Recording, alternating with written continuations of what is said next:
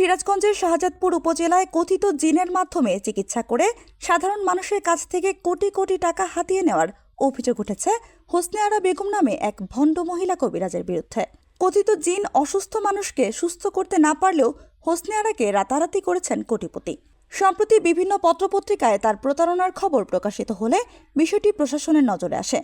বৃহস্পতিবার দুপুরে শাহজাদপুর উপজেলার নরিনা ইউনিয়নের চরনরিনা পূর্বপাড়ায় হোসনে আরা বেগমের বাড়িতে ভ্রাম্যমাণ আদালতের অভিযান পরিচালিত হয়।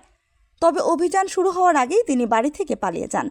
ভ্রাম্যমাণ আদালতের এই অভিযানে উপস্থিত ছিলেন সহকারী কমিশনার ও নির্বাহী ম্যাজিস্ট্রেট মুশফিকুর রহমান, উপজেলা স্বাস্থ্য ও পরিবার পরিকল্পনা কর্মকর্তা ডাক্তার শারমিন আলম এবং শাহজাদপুর থানা পুলিশ সহ বিভিন্ন প্রিন্ট ও ইলেকট্রনিক মিডিয়ার সাংবাদিকবৃন্দ। অভিযানে কথিত চিকিৎসার কাজে ব্যবহৃত বিভিন্ন জিনিসপত্র জব্দ করা হয়।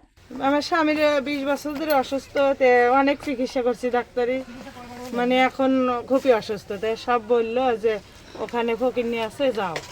তা আসলাম, একদিনে টাকা নিয়ে আসি নেই, ওই দিন আবার চলে গেলাম। শুনিয়া বললো যে নষ্ট করছে মানুষ, এইগুলো তোলো, তাহলে তোমার সারবে। পরে আমার কাছে 6,000 টাকা চাইল। তারপর আমি 5,000 টাকা দিছি, পরে মানে না। পরে আমার 22টার জন্য করলাম, তার জন্য 4,000 টাকা, মোট 9,000 টাকা। সুস্থ হয় নাই, আসছে আবার 2 মাস পরে আমরা আসছি। বলতেছি এখন কি বলে? এখন বলতেছে যাও, রাত্রে ফোনে কথা বলবো, যারা ভোগ দিয়ে আসবি। নির্বাহী ম্যাজিস্ট্রেট মুশফিকুর রহমান জানান, হোসনে আরা বেগমকে 3 দিনের আলটিমেটাম দেওয়া হয়েছে।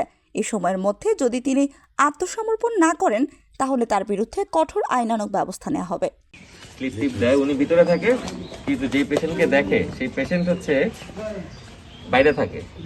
তাদের রোগ অনুযায়ী হচ্ছে জিন, তাদের ভাষ্য মতো হচ্ছে জিন ভর করিয়ে তাকে সেবা দেয়। এবং হচ্ছে এই যে আমলকি, হরিতকি, আরো কি কি আছে পানি ম্যাটেরিয়াল, আপনারা ভালো বলতে পারবেন, এইগুলি দিয়ে এই পানি দেয় খাওয়ার জন্য। আপনি বলেন যে এটা কি মানসম্মত কোনো পানি? বালতিটাই তো দেখা যাচ্ছে নোংরা নোংরা, তারপরে যেগুলো মিশাচ্ছে সেগুলো পানিতেও। মূল বিষয় হচ্ছে এইখানকার অকারেন্স সিনে এখন এসে ওনাকে পাওয়া যায় না যে উনি সেবা দিচ্ছে। উল্লেখ্য, দীর্ঘদিন ধরে হোসনে আরা সাধারণ মানুষের দুর্বলতার সুযোগ নিয়ে জিনের মাধ্যমে চিকিৎসার নামে প্রতারণা চালিয়ে আসছিলেন। অসুস্থ ও সহজ সরল মানুষকে প্রতারণার মাধ্যমে বিপুল অর্থ হাতিয়ে নিয়ে তিনি কোটি টাকার সম্পদ, বাড়ি ও নগদ অর্থের মালিক হয়েছেন। প্রশাসনের এই অভিযানকে সাধারণ মানুষ সাধুবাদ জানিয়েছেন এবং তার কঠোর শাস্তির দাবি জানিয়েছে।